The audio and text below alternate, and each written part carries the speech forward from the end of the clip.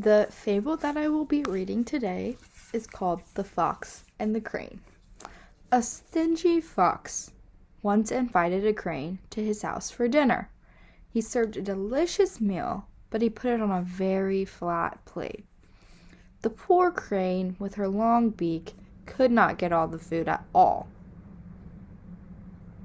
She turned her neck this way and that way, but it didn't help. The food always slipped away from her beak. The fox, pretending not to see the crane's trouble, gobbled up all the food in no time. Of course, the crane was still hungry after the table had been cleared.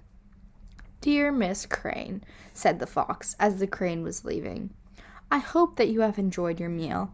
Let's get together again soon." The crane nodded her head politely, but she did not reply. However, soon afterward, the crane invited the fox to her house for dinner. She, too, served a delicious meal, but in a very tall, thin goblets. Of course, the fox couldn't get at the food. He tried this way and he tried that way, but it didn't help. His food was down at the bottom of the goblet, and no matter how he tried, he couldn't reach it. In the meantime, the crane put her long beak down into her tall, thin goblet and easily ate up her meal. This time, it was the fox who was still hungry after the table had been cleared. "Dear Mr. Fox," said the crane as the fox was leaving, "I hope that you have enjoyed your meal. Let's get together soon again." But the embarrassed fox never again called on the crane.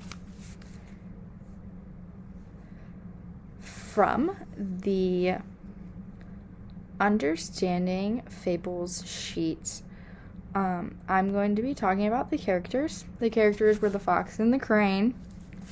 The problem within this fable is that the fox was not treating the crane very nice. The fox gave the crane a flat plate, but the crane couldn't get all of the food, so she was still hungry. And the crane did the same thing to the fox back, because if that's how she was getting treated, then she was going to treat the fox the same way.